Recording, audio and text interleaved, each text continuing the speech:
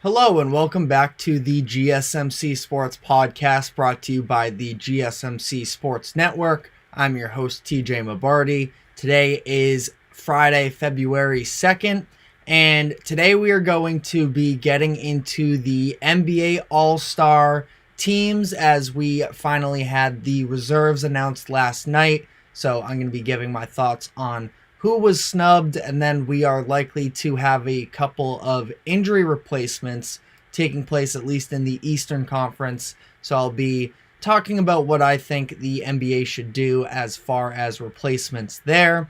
Then we're going to be talking about LeBron James and the LA Lakers, who just had a big upset win last night, and yet the story was more so surrounding. There was a lot of speculation online, at least, about LeBron James's future with the Lakers after some cryptic messages that he sort of put out into the media and then missed yesterday's game. So we're going to be talking a little bit about that game, but more so big picture, what the rest of this season and going forward looks like for LeBron. Then we are going to be moving on to the New York Knicks, who have been putting together an incredible stretch of basketball. End of January, very hot, extending into last night's win in the comeback game against the Pacers, now up to 9 straight wins for them.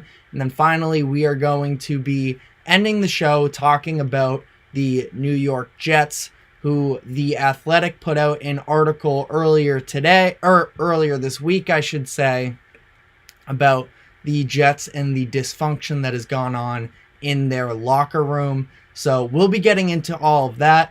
But before we do, just a reminder to like and follow. And for any of our live streamers, just remember to use the comment section, make this show as interactive as possible. And if you would like to tip, just to use the link that is streaming across the bottom ticker, that is streamelements.com/gsmcsports./tip. So without further ado, getting into the first segment here and talking about the NBA All-Star teams. As I mentioned last night, the reserves were announced for both the Eastern and Western conferences. We got the All-Star starters last week. So to recap that, starting in the Western Conference, the starters are Shai Gilgeous-Alexander, Luka Doncic, LeBron James, Kevin Durant, and Nikola Jokic. So no surprises there. The reserves that were announced last night: Devin Booker, Steph Curry, Anthony Davis, Anthony Edwards, Paul George, Kawhi Leonard, and Karl Anthony Towns. In the Eastern Conference, starting for them, it is Tyrese Halliburton, Damian Lillard, Jason Tatum, Giannis Antetokounmpo, and Joel Embiid. Embiid, obviously, with the injury, so he will likely be unable to play in this game. And then the reserves that were announced last night, it was Tyrese Maxey, Bam Adebayo, Paolo Banchero, Jaylen Brown, Jalen Brunson, Donovan Mitchell, and Julius Randle. So we have 3 first-time All-Stars in the Eastern Conference between Maxey, Brunson, and Paolo. So always fun to see there. And then, as I mentioned, Joel Embiid and also Julius Randle, both currently dealing with injuries that will likely keep them out of the All-Star game. So there are going to be some replacements there. Quick note that I found to be interesting was that there are 7 Kentucky Wildcats selected to the All-Star game this year, and that makes the most that any one college has been represented in an All-Star game in NBA history. So just a fun little nugget there that I found. Talking about first the replacements for the Eastern Conference, I think that the way that I would do this and sort of reconstruct this roster is I would promote Bam Adebayo to be a starter in the Eastern Conference and take that Joel Embiid spot. And there are 2 spots that need to be filled. I feel like the first one here is kind of inarguable, which would be Trae Young for me. He's averaging 27 and 11, He is 10th in points per game and 2nd in assists per game. And Trae Young has never been my favorite player necessarily. I think that some of his play style used to be very heavily reliant on free throws. Not that free throws aren't still a part of the game, but he was sort of one of the main catalysts, in my opinion, of the NBA, trying to iron out some of these shooting foul calls on the perimeter of jumping into guys. I thought that he sort of specialized in that in some ways. And, the defense has never been good with him. Now, he's actually having a better season, I would say, this year on defense than in the past, although the Atlanta Hawks as a whole have been very much struggling.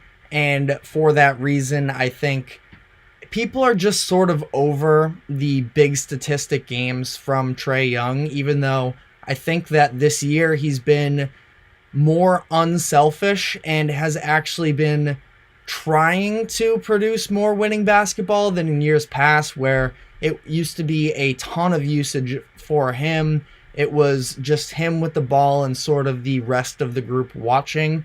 Now, since they have added DeJounte Murray, maybe it's been that he feels like he doesn't have to quite as much. And again, it's not like the results have necessarily been there.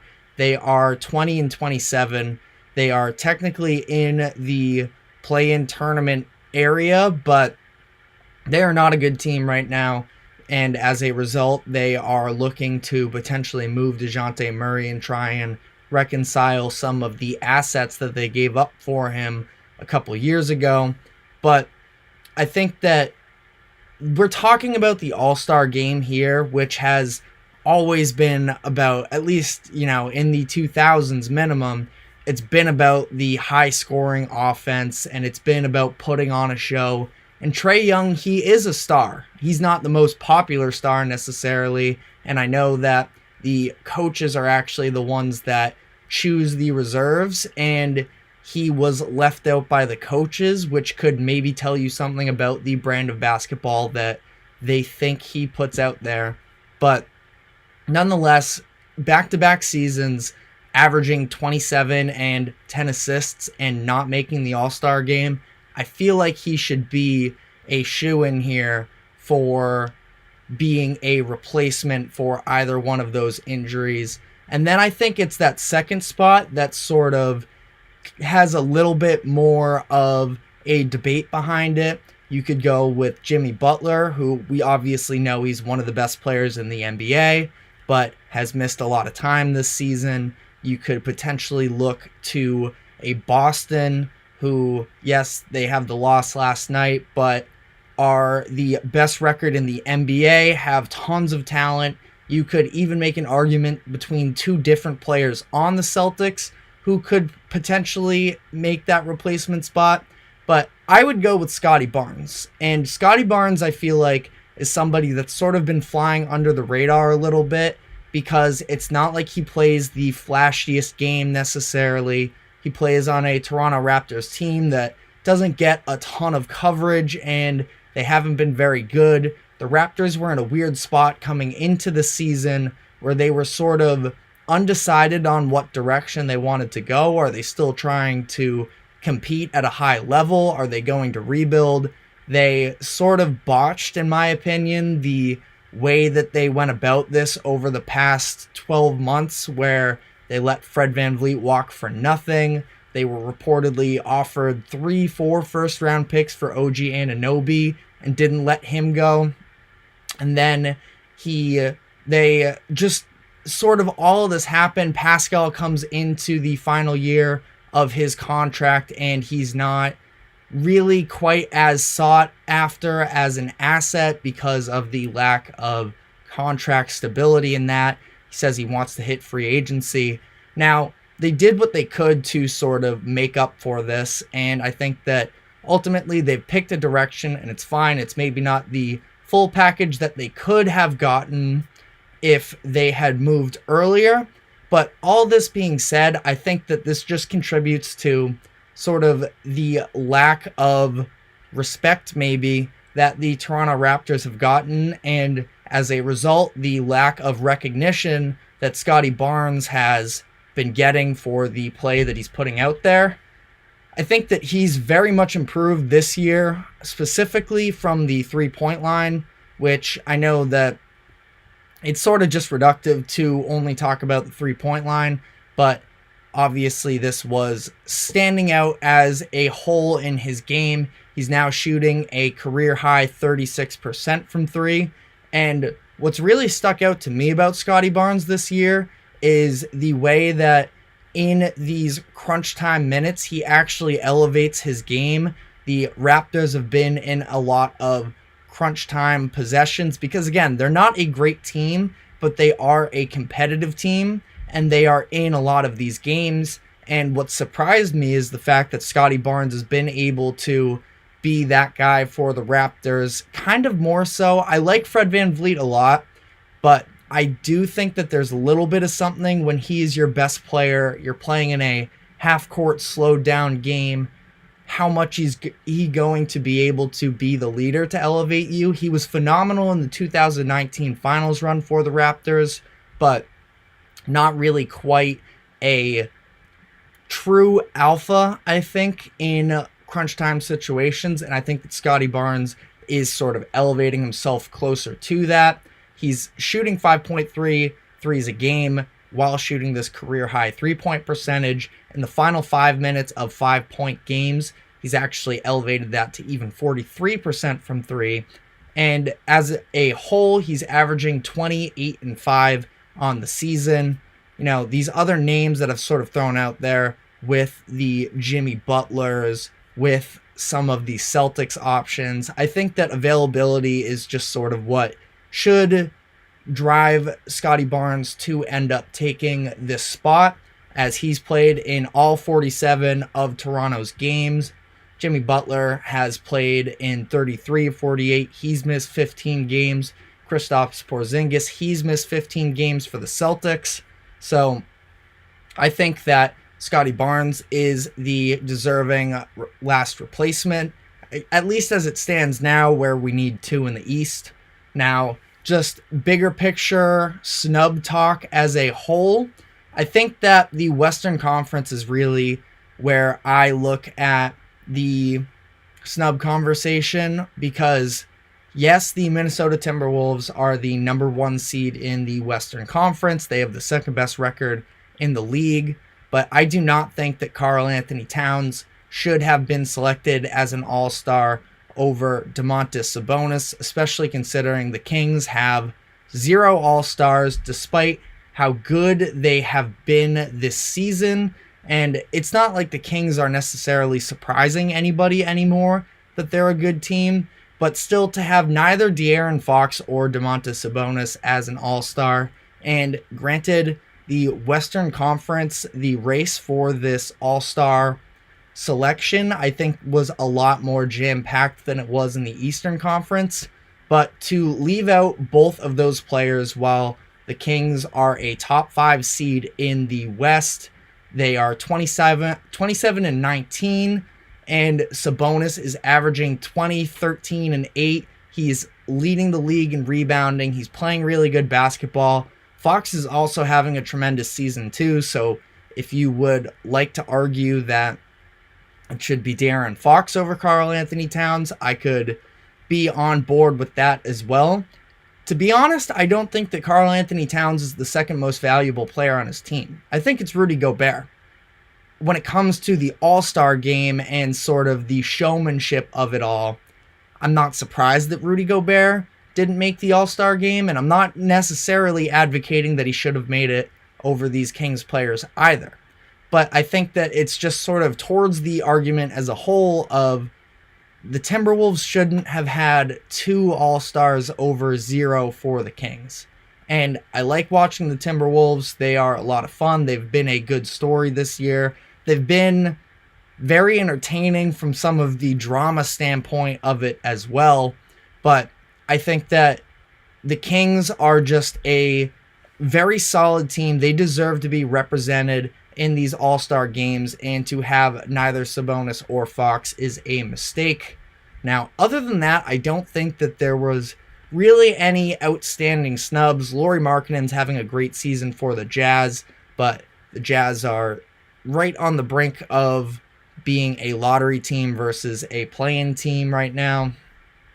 Brandon Ingram or Zion. Zion's missed more games, but he is the leading scorer on a Pelicans team that's also been pretty fun to watch this year. Ingram's been the more consistent factor, but I don't think that he necessarily deserved it either.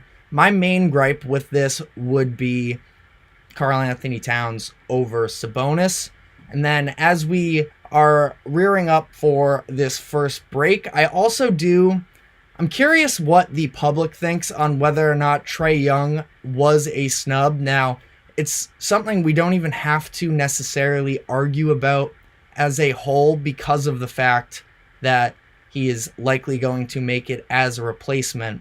But had this not been the case, Trae Young would have been the only player in NBA history to average 27 and 10 with I believe the threshold is 55% true shooting percentage, and to not make the All-Star game. That would have happened twice now.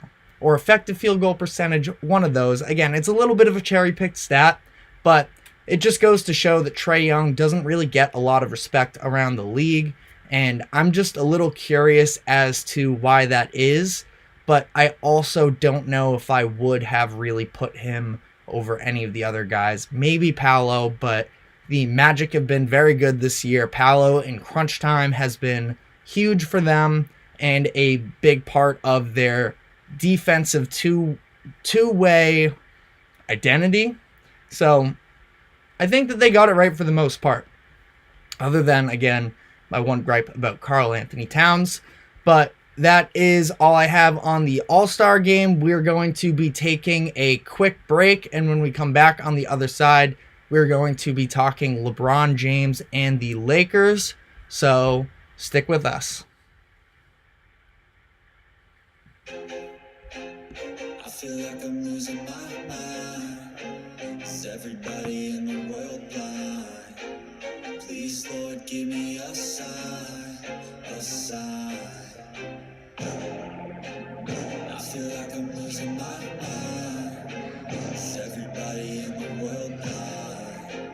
Please, Lord, give me a sign, a sign. I wanna be the greatest. Everybody on the fake shit. I look around and feel like everybody is the fakest. I make this every day and I'm impatient, hoping one day I blow up from the basement. Statement, the top is so vacant. I don't hear shit that I think is amazing. Waiting for my day when I'm playing sold out shows for 1,000 faces. Hey, give me that crown, get in my way and to be put down. It ain't your place, no, this my town. If I want that shit, then I'll get it right now.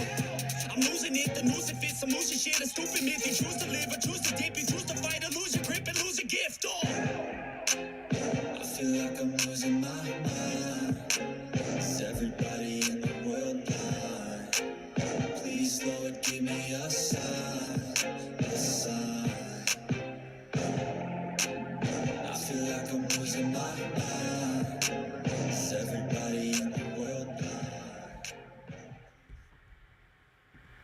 Welcome back to the GSMC Sports Podcast, brought to you by the GSMC Sports Network. I just finished giving up my takes on the NBA All-Star Reserve selections and just as a whole how I would fill in the injury replacements and all of that. Sticking with the NBA here, we're going to be moving on to LeBron James and the Los Angeles Lakers.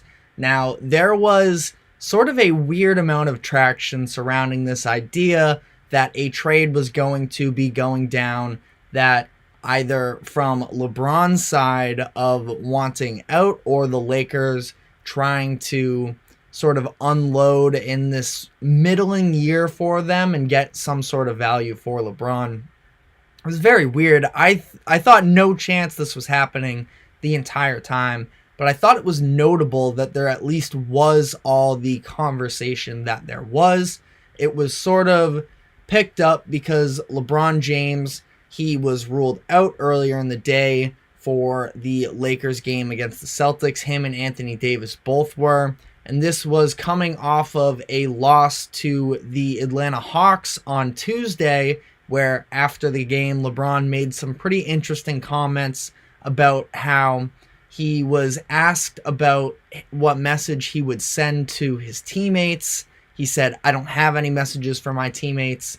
And then he sort of started stumbling onto something. They ended the interview and he actually thanked the person that cut him off because he said that he was going to, it seemed like he was going to say something about, I don't know, his teammates, or it was going to be something reckless. It was going to be something that broke the internet. And instead, we were just sort of left with this speculation on what he was going to say.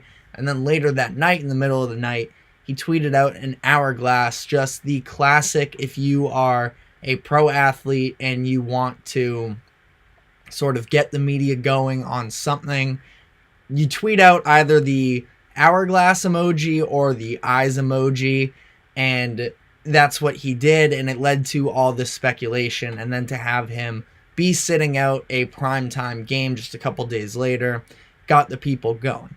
Now, again, I didn't think that there was ever really a good chance of him being traded. I thought that would have been pretty remarkable, and Rich Paul, his agent, came out today and said that LeBron is not asking for a trade. He confidently said LeBron won't be traded. It's not that LeBron has a no trade clause in his contract, interestingly enough, but there is a trade kicker for 15% of his salary. If a team were to trade for him, they'd be paying his salary plus an extra 15% of that, which makes it very unlikely, I think, that he would get traded, even though, especially with some of the buzz that we'll be getting into with the New York Knicks, you have the likes of Stephen A. Smith sort of challenging LeBron almost to get traded to the Knicks. I don't think that that's happening this season, but what is interesting, and Brian Windhorst did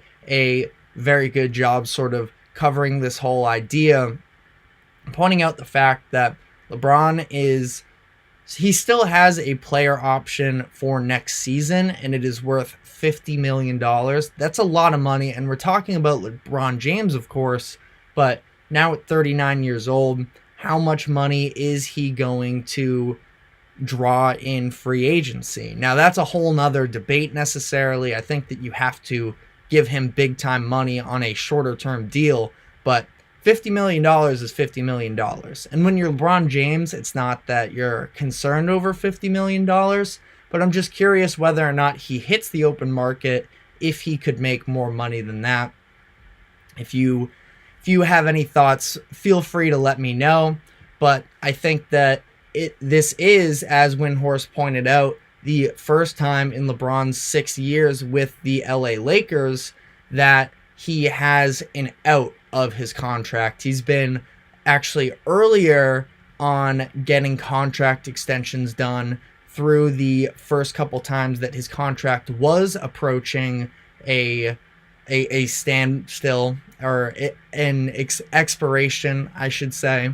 And now this is the first time that LeBron James can sort of dictate his future, whether or not he wants to stay with the Lakers. And I think that it all just sort of leads to this interesting conversation of, what do the Lakers do going forward here, knowing that LeBron has an out, knowing that if you come up short, there's a chance that he could leave, but also you want to, if you're the Lakers, realistically, knowing how few assets you have for the long term, you want to convince him to stay. So it's this sort of weird give and take, push and pull, of trying to evaluate the situation as a whole. Now, the Lakers last night, without LeBron James and Anthony Davis, come into Boston and pull off the upset win. We are now less than a week away from the trade deadline. That is February 8th, and they sit at 25-25. So if LeBron is probably staying put for the remainder of this season, what does the future look like here? I think that some factors to consider, especially talking about this whole idea of him having a player option after this year. If you haven't already heard about it, his son Bronny James is at USC, and he is in the midst of a pretty rough freshman year, not necessarily from an individual standpoint, but USC is a very underwhelming team. They lost Isaiah Collier, one of the top recruits in the country. He was out with an injury earlier this year, and he's missed a lot of time. And Bronny James himself obviously came into this year following an instance of dealing with cardiac arrest during the summer, so he didn't even get to have the full training practice and training camp coming into the season, and now he's coming off the bench, and he's playing fine. You can see the talent there with Bronny.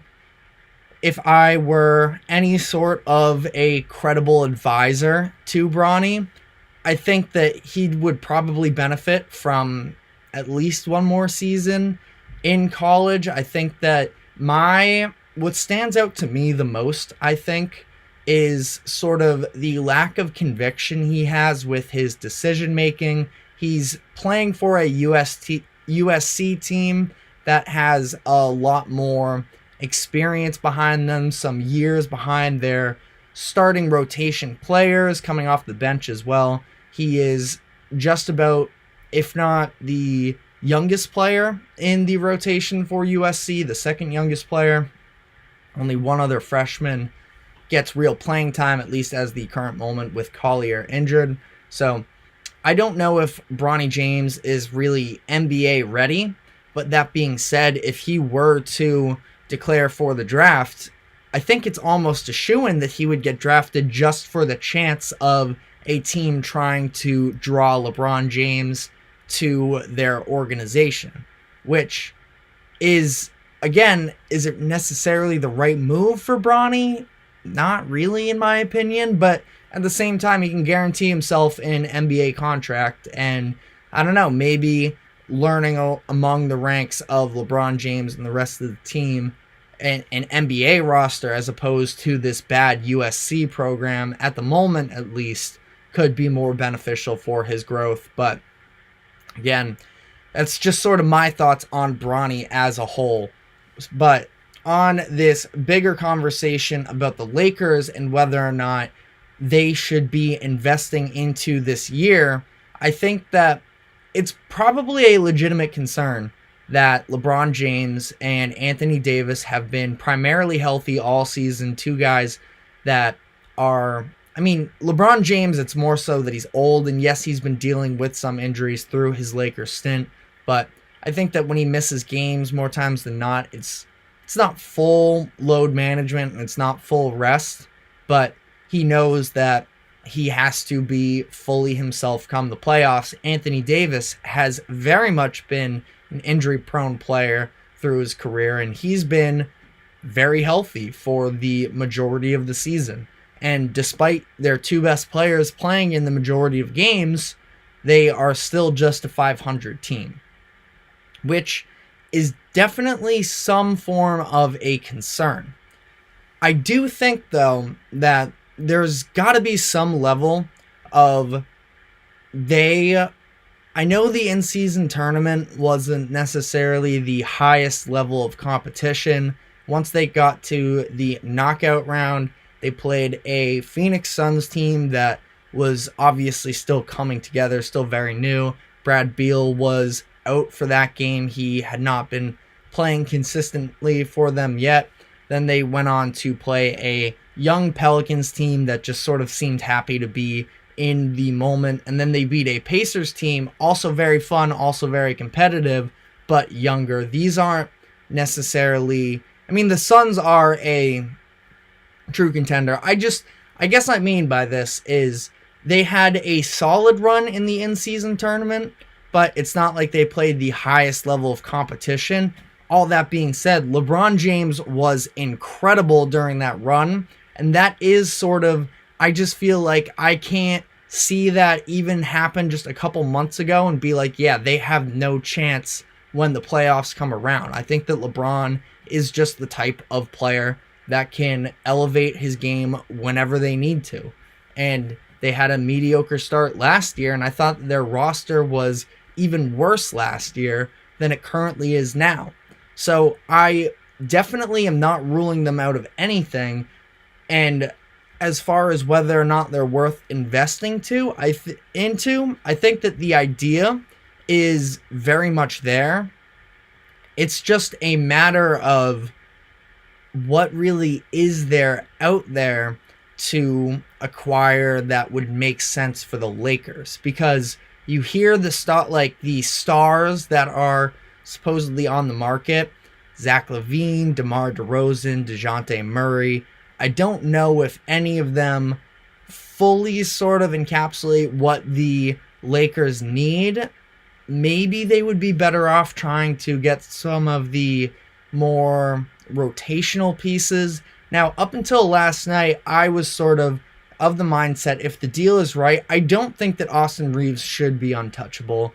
And untouchable, I think, is a term that gets thrown around a little too much. I still don't think Austin Reeves should be untouchable, because he wasn't having a great season necessarily, but he now has back-to-back games with season highs, scoring, 31, 32 last night, and he was incredible leading the way for this Lakers team. And that's sort of where it comes down for me. It's just the consistency, and what's so weird about it is the consistency on both sides, because we know they have talent on defense, but in the past week going into that Celtics game, they went 2-2, allowing 138 points, 135, 144, 132. That is very bad, obviously. And then last night, they hold the Celtics, who are an incredible home court team, to just 105, made them play sloppy basketball, especially early in the game. And the Celtics sort of, to some degree, were just missing a lot of open shots on their own. But I thought that the Lakers stepped up to the matchup, especially when they weren't expected to be in that game. And then the other part of that game particularly was the three-point shooting, where, yes, this is the NBA in 2024. It's kind of hard to never get hot from three. But last night we saw, elite shot making from Austin Reeves in particular, but D'Angelo Russell was hitting threes as well. Jared Vanderbilt, who's shooting 25% on the year, he hit a couple threes. And the Lakers, who are 28th in the NBA in three-pointers made per game, they go 19 for 36 from three, which is good for 53%, which is just an unheard of performance if you watch a lot of these Lakers games traditionally. Which, again, when you're talking about this inconsistency, I think it starts to lead to the conversation of Darvin Ham and the coaching. Now, we do this every couple of years with a LeBron James team and blaming the coach, saying he's not good enough. I don't love Darvin Ham necessarily, but we just do this too much for me to really put it all on the coach. We saw it with Frank Vogel just a couple seasons ago. We've seen it with Ty Lue. We've seen it with everybody that has ever coached a LeBron James team, other than Eric Spoelstra. That's maybe not totally fair, but I also don't think it's totally fair for Darvin Ham to be getting all of the blame. So do I think that he's a great coach? No.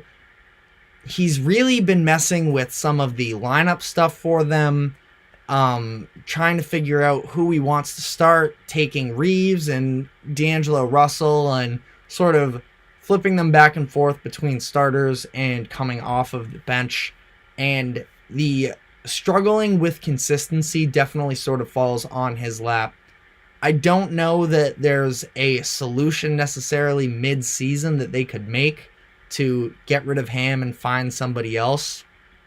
I think it's worth the conversation, but again, it's something that we've just done so many times with LeBron James-led teams that I feel like they just sort of have to ride it out here. And I'm interested to see, I feel like they have to make some type of move. I just don't know if there's any sort of championship-altering move that's on the market, not just for them, but for any team in the NBA this season.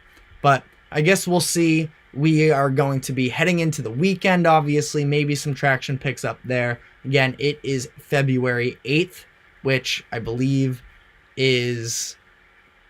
I'm not going to do the math off the top of my head, but it's either Wednesday or Thursday. So as we get closer to that date specifically, we will obviously keep you updated. We are going to be taking another break here. When we come back on the other side, we're going to be talking about the New York Knicks, who are on a 9-game win streak. So stick with us. We will be right back.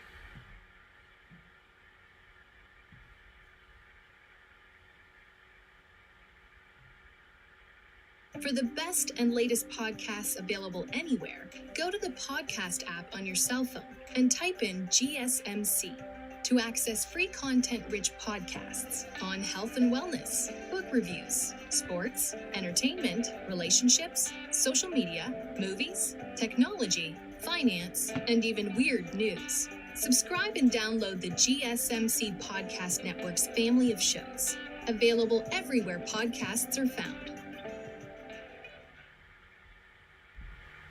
Welcome back to the GSMC Sports Podcast, brought to you by the GSMC Sports Network. Just wrapped up talking some LA Lakers and LeBron news. We're now going to be shifting gears a bit to one of the other teams that were playing last night in the New York Knicks, who have completed last night they completed a 15-point comeback against the Indiana Pacers. Spoiled the little Obi Toppin revenge game going on there, and they come back and win their 9th straight game. That is now tied for the longest win streak in the NBA this season, and they're really firing on all cylinders right now.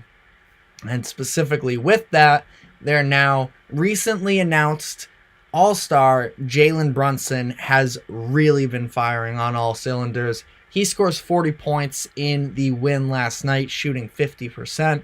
He was incredible, as he has been plenty of times this season for the Knicks, especially given the fact that Julius Randle is down with an injury, and he has been able to help keep them afloat during this run. Brunson in this win streak is averaging 32.6 points per game, and last night there was a very cool moment after the game where playing this game in Madison Square Garden, and after coming back to beat the Pacers, he is the post-game interview on the court, and he's standing there as MVP chants from MSG are raining down on him, and he is being asked by a reporter about how he feels and like what it means to him to be named to his first All-Star game. He was getting emotional, and it's just you can definitely see, and the Knicks fans in my life have made it very clear, the relationship between them and Jalen Brunson is very strong. This is the first All-Star point guard that the Knicks have had since ages before I was born. It was maybe 80s. It was like Anthony or something. I'm totally blanking on it. This is a bad job on my part, trying to do a spontaneous history lesson from a time that I was not born. But this is a big revelation for the New York Knicks, is just how good Jalen Brunson has been for them. Obviously, you can go back to when they first made the decision to sign him. So many people were calling it an overpay, and in turn, he has developed into one of the best, one of the most reliable guards in the country. And I think that he has really been the catalyst. Julius Randle, you can definitely argue, I know it's maybe a little unpopular, you can argue that Julius Randle is the more talented player than Jalen Brunson is. It's just sort of a matter of heart with him, and that is something that Jalen Brunson excels in, is having that heart. He has just been the motor to keep this thing going. I actually love the dynamic that he and the other Villanova players on the team have with one another. It was him, Josh Hart, Dante DiVincenzo. DiVincenzo, by the way, has been phenomenal. Just on and it's Ryan Arcidiacono as well as the other Villanova. Before I get too off topic here, like their Villanova championship team connection is really fun to see. It's kind of infectious. But quickly on the note of DiVincenzo, there was a lot of talk about the Knicks when they made this trade for OG Anunoby, that giving up Emmanuel quickly, there was kind of a gap there of who was going to be playing the backup guard position for them, because it had been Quickly, who was in Sixth Man of the Year talks the year prior and was probably headed on his way to a similar conversation at least this season. And instead it's been DiVincenzo, who has been incredible for them, has had a couple 30-point games. He's really taken his game to another level. And then actually Miles McBride, Deuce McBride, has been very good as well. He's just sort of a spark plug guy that comes off the bench for them, is a very solid scorer, and they've just sort of patched that hole together with guys that were already in the building, which is nice. Malachi Flynn, who they also acquired in that deal, he was getting some playing time for them last night. I don't anticipate him necessarily getting these playoff minutes, but on the note of playoffs, that sort of brings me into the bigger picture conversation here with the Knicks, and that is, are the New York Knicks contenders for this year's NBA Finals? I think that you have to give them tons of credit for the level of defense that they have put out there. From the start of the season, they've been good, but since making this OG Anunoby trade, they have been incredible. He has helped to elevate them. I mean, he guards 1 through 5. He's been great. And keep in mind, with some of the big man injuries that they've dealt with, they've been missing Mitchell Robinson for a significant amount of time. Isaiah Hartenstein has been sort of in and out of the lineups. And Anunoby has just been such a lockdown guy for him. And that's where 4 first-round picks, like it was being reported on last year that were being offered for him, I thought that that was a lot. But come back to this year where you're trading an RJ Barrett, who definitely has potential, but with the lack of consistency in him, and Emmanuel Quickly, who also has a little bit of inconsistency stuff and just isn't the level of defender, I thought this was a good deal for them, that Anunoby, he can't fully be appreciated in the NBA fandom world when he's playing on sort of a middling team, because he's just one of those perfect guys. It almost reminds me somewhat similar situations, but not quite, because I think that Anunoby's the better player, and in the past he was on better teams. But he sort of feels like he fits into that Aaron Gordon role, where Gordon showed that he had a lot of skill on the Orlando Magic when he was coming up in his early years, but he just was never going to be the number one guy. And OG, I think that ever since coming into the league, maybe very briefly at the beginning of his career, you were thinking, okay, well, could this guy actually be more of an alpha dog? But just the lack of shot creation, really, and the deep offensive bag. He's good at what he's good at on offense, and that's what you need, because his defense is just that elite.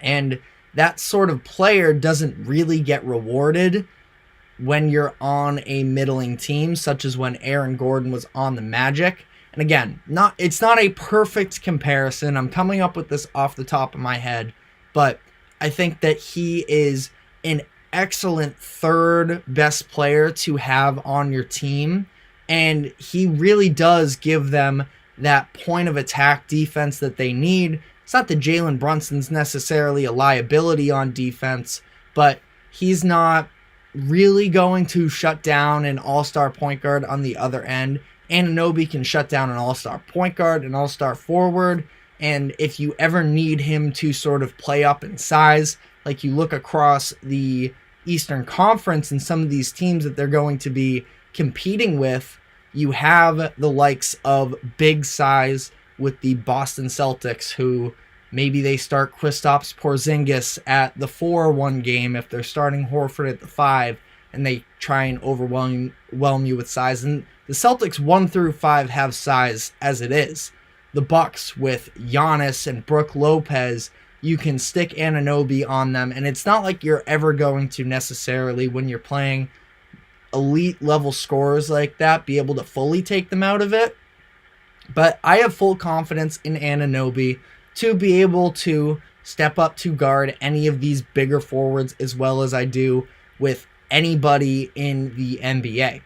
So I think that is such a huge plus for them. Now, as far as them contending this season, I mean, not in necessarily like a dark, cynical way, but whatever's going on with the 76ers and Joel Embiid, I think that does sort of open up, potentially, if Embiid's not going to be fully healthy through the playoffs, that opens up more of a lane for them, because you have to worry about the Celtics, you have to worry about the Bucks. If Joel Embiid is playing, you have to worry about them. I know that the Miami Heat have been very bad during this regular season, but I mean, last year it was the 8th seeded Heat that knocked the Knicks out of the playoffs. I just don't think that you can ever overlook an Eric Spoelstra-led team there, especially when you have a player there like Jimmy Butler, who he pretty much came into the year saying that he didn't really care at all about coming away with any of these regular season awards, and he's just looking for a championship. It's just somebody that I don't want to get in the way of. So I do think that there's a lot of talent in the Eastern Conference, and there may be a little bit on that second tier, but I think that at least the move for Anunoby was a very good move for them heading into next season. I think that it's helping them to build up the type of players that they want in order to bring home a championship. I wouldn't pick them. I definitely wouldn't pick them over the Celtics, and I'm curious. The Celtics and the Knicks have played a handful of times already this year, and the Celtics sort of handled them, but this is without the new version of the Knicks with OG Anunoby. Like I mentioned, this team is now the best defensive team in the NBA, and that's even without Mitchell Robinson. Since the start of 2024, they are first in the NBA in defensive rating, and I think that that's here to stay. And I don't anticipate, this is probably their least healthy stretch, knock on wood, but this is probably their least healthy stretch without having Julius Randle, without having Mitchell Robinson, and I think that it's going to say a lot the way that they keep themselves afloat here. But on the note of Julius Randle, he's somebody that has maybe even sometimes unfairly gotten criticism. Last year, he was playing through injuries when the playoffs came around, and he was not the fully healthy version of himself. But that being said, it's just sort of the mental stuff with him that I don't know if I can buy into him being a crucial part of your roster for an entire month straight. He can get a little bit diva-ish, and it seems like he gets along well with the players and everything that are on that team, and I don't think that it's any sort of a true locker room concern. It's just me as a viewer. I watch him, and sometimes the offense can directly translate to defense, which is good and bad at sometimes, and that's a tendency that a lot of NBA players have. But when Randle isn't getting calls, when he isn't getting the post-up touches that he likes, and he doesn't feel like he's being quite as utilized as he would prefer to on the offensive end, you can at times really see him with a lack of care on the defensive side. There have been a couple instances this year where he's just walking around on defense, even in the fourth quarter in close games, and there's no denying, I think, the talent that he has, but there is a certain level of and now he doesn't have to be the best guy on the team is the thing. I think that Brunson has showed that he has the type of leadership and, more importantly, the skill to lead them through a playoff run. But I just still have my doubts with Randall. He's been an All-NBA player in the past. He, depending on games played this year, could maybe find his way into an All-NBA team again this year. I do really hesitate with him because I don't know if you can fully count on him game in, game out again. But this has been a tremendous Knicks season, and I think that the NBA is better when the Knicks are good. That's something that me, as a 22-year-old, I haven't really fully been able to experience other than winning one round in 2013, I believe it was. But the Knicks seem like they are here to stay, and importantly, between Brunson and I'm going to specifically focus on Anunoby here, along with a handful of these guys that they have on the bench, I think that they are in a very good position to at least potentially compete this year. And even going into next season, I think that they have the foundation in place to stick around for a good while. So we are going to be taking one last final break here. When we come back on the other side, we've done a lot of NBA today. We are going to sort of switch gears a little bit to the NFL and talk about everyone's favorite New York Jets. So stick with us. We will be right back.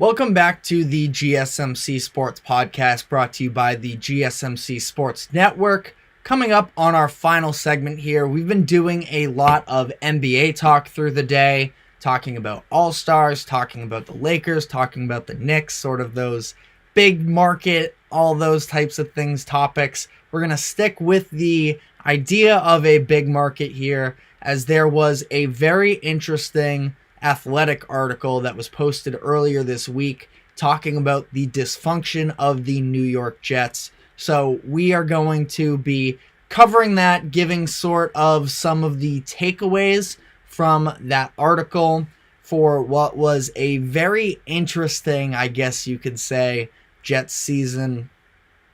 Anybody who watched the Jets this year, you sort of, as soon as Aaron Rodgers went down, we all sort of knew what to expect, that this was going to be another messy situation for them after seeming like they were just a quarterback away the year before. They come in, they get Aaron Rodgers, who is supposed to sort of get them over that hump, and instead he goes out on the first drive of the season. So again, even without this article, we saw how messy things were. There were little tidbits that came in and out about how, Saleh was frustrated with Zach Wilson some behind the scenes, and that they were potentially looking at quarterbacks, but Saleh kept saying, we're sticking with Wilson, he's our guy, all of that. But this article just came out the other day, and it sort of gave us an inside look at this dysfunction that was going on throughout the course of the season, and an anonymous Jets coach called it an effing mess.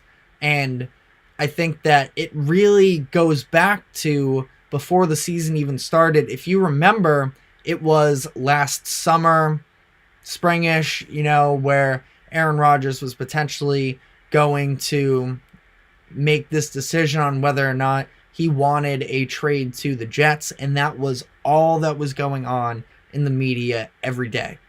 Because at that time we were at a little bit of a dead point as far as the sports calendar, and it was Rodgers just dominating the charts in terms of people talking about him and trying to figure out what was going on. And I think that because of all this attention that he gained, it almost hurt the Jets that they were so heavily tied to this story that at this point, if they failed to get Aaron Rodgers, it would have been a failure for them as a whole. And they would have, Aaron Rodgers is not the most popular guy, I would say. So maybe there would have been some sort of differing opinions, but I think that as a whole, people would have considered it a failure for the Jets. And that's when sort of they really started digging in, trying to do whatever they could to get Aaron Rodgers in their city. Now, again, the whole idea was that they were just a quarterback away. That was it. And then if they had gotten a quarterback such as Aaron Rodgers, they would be set. And again, who knows if Aaron Rodgers doesn't go down on that first drive of the season. We don't know how the Jets season would have played out, but there were definitely still concerns even despite just the quarterback as we were sort of ramping into the season. The offensive line especially was clearly lackluster, which didn't help Zach Wilson once he got put in. But sticking with the offseason real quick, this article from The Athletic it highlighted how the Jets owner, Woody Johnson, sat down to meet with Aaron Rodgers, and he was supposedly starstruck, was the word that the article used, which isn't really a great sign when you are trying to sort of, with a level head, put together the best football roster. If your owner, who runs the whole organization essentially, is starstruck by this one guy. And that was sort of reinforced by the other moves that they made throughout the season and that off season, where they ended up bringing in Nathaniel Hackett, Rodgers' former coach that he had a very strong affinity to. Hackett coming off of a miserable season with Detroit. As A-Tate lets us know in the comments, he thinks the Jets are a long way from making the playoffs even with Rodgers. I think that this year, the other part of it, they would have had a chance to make the playoffs this season, especially the way that the year played out. And with the 7 seed really being up for grabs for a lot of that year, and these other teams that didn't even have their quarterbacks competing for these spots as well.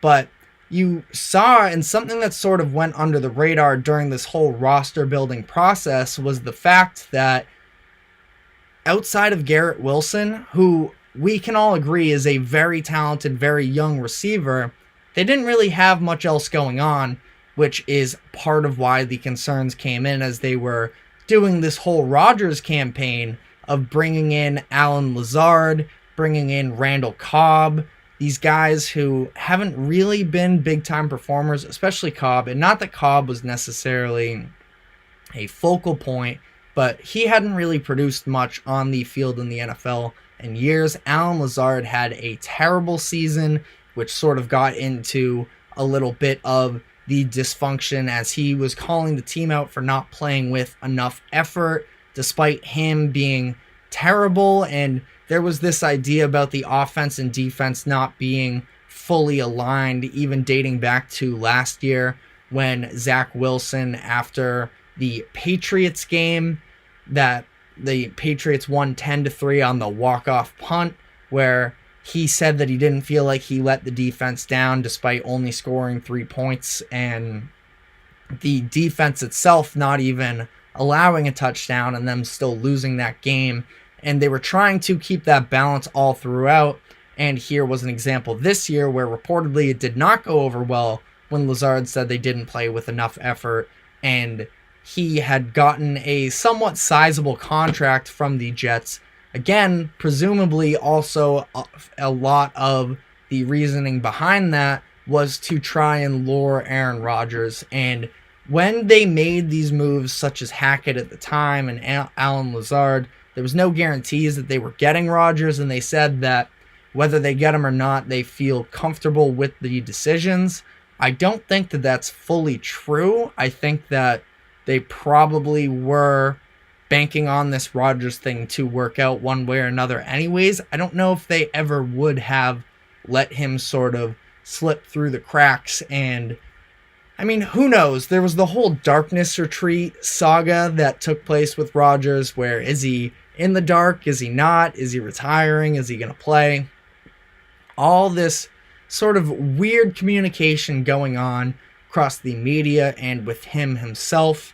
So obviously the Jets do end up trading for him. They are prominently on the Hard Knocks series, and Rodgers is friendly. He's trying to build up relationships with his offensive lineman, Mekhi Becton, former first-round pick. He's really trying to work with him. He's working with Zach Wilson, and everything seemed good. He was on the sidelines during the preseason games, trying to coach up Zach Wilson, trying to help draw up some of the plays even and work through that process and take him under his wing and help him develop. Because at this point, Rodgers is fully confident that he is going to be there for at least that past season and presumably next season as well. So everything's fine when everything is fine, but obviously he tears his Achilles tendon on the first drive of the season, and everything just sort of starts to fall apart for them, which again is something that we saw from the outside, but this article gave us a look into some of the drama that was going on behind the scenes, where they didn't end up going to sign another quarterback. There were trade rumors about should they go get Kirk Cousins when the Vikings weren't playing well, and then the Vikings sort of started to turn around, but then Cousins has his season-ending injury, and they sort of kicked the can on a couple of free agent quarterbacks, but ultimately decided that Zach Wilson was the best chance to win, even when the likes of a Joe Flacco, who even took the Cleveland Browns to the playoffs within their own conference, he had reached out to the Jets about wanting to play, and they closed that door. Not that I necessarily think things would have been different because of how bad that offensive line was in New York, like Ate points out about how it was not just the quarterback this year, and even on another level to that, you look at the offensive coordinator decision from Nathaniel Hackett. Now, this article was not very kind to him at all, but that's because behind the scenes, a lot of the people that were within that locker room, within that coaching staff, were not very high on him at all either. There was this idea that he designed the entire scheme around Aaron Rodgers, and when Rodgers went down, there was very little adjustments made to actually rectify that and change up what they were thinking of doing to help Zach Wilson get better. There was talks about how his lack of preparation, the meetings that he would call were sort of scarce, and when they did, it seemed like last-minute planning, and there was a lot of criticism about the fact that during the games, he would not make adjustments. Specifically, there was a part of the article that talked about the game they played against the Dallas Cowboys, where it was one of the other coaches on the offensive side for the Jets said to Hackett that they need some sort of help on the left side. Micah Parsons, who always causes havoc, really, was causing a lot of trouble on that side of the line. They need some extra reinforcements there, and he did nothing for it. Parsons ended up wrecking that game. Again, this was the Jets at this point, led by Zach Wilson, who probably didn't have a chance of beating the Cowboys when the Cowboys were sort of rolling to start the year. But again, it shows a little bit of the just lack of confidence I think that I had myself during the year, and just reaffirmed by even within that building of Nathaniel Hackett being able to sort of figure out how to turn this thing around. And he is under contract for next season, so he's going to be coming back. I think that that's sort of one of the other interesting parts of this whole thing, is this comes out now in end of January, early February, so a lot of the coaching cycle has already been through. The Jets kind of have no choice but to run it back next season, and especially with Robert Saleh, where things got really messy there, as the article pointed out. There was frustration. He was wearing on the outside these positive vibes shirts and everything, but he thought it was unfair how much scrutiny that the Jets were getting in comparison to the Giants. So a little bit of a concern with being fit for the big market. And not that it's an easy job to coach the New York Jets, because you are under scrutiny, especially when your history as a franchise has been so grim for the past handful of years that somebody needs to step into that job and sort of change the narrative. And Saleh knows that to a certain level he has to be that guy. That's what he signed up for. But he was feeling the frustration, and I can understand that, but calling it unfair is a little bit tough. Additionally, he was upset with the front office for the fact that he felt like they weren't really doing him any favors with the quarterback position. How he thought, how am I supposed to win with this guy and Zach Wilson? And it was just a very messy situation. There was even talks about this whole leaking information where he was taking people's phones away and all of this messy stuff. And it seems like the paranoia got to him a little bit. Again, this is a very high stress position, being the head coach of the New York Jets. But that's once again what you signed up for. And I like Saleh. I think he's done a very good job on the defensive side of the ball. Now, has he proven that he can really win anything in the NFL yet? No. But I also don't think that that's totally fair, because he hasn't necessarily had the pieces around him to do so. So, all that being said, especially with this article coming out now, next year really becomes make or break for him.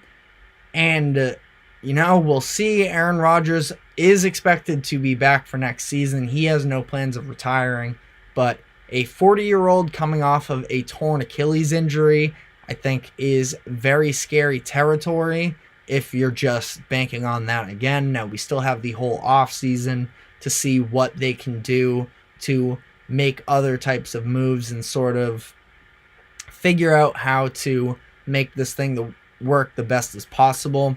But if they fail to, I think that there's a very good chance that Saleh could be coaching his final season in New York. And again, I always say this, I'm never calling for other people's jobs. I think that's a pretty dirty thing to do. But the reality is, with the way that this has all played out, this definitely becomes a very high stakes season for Saleh to sort of hit that turning point.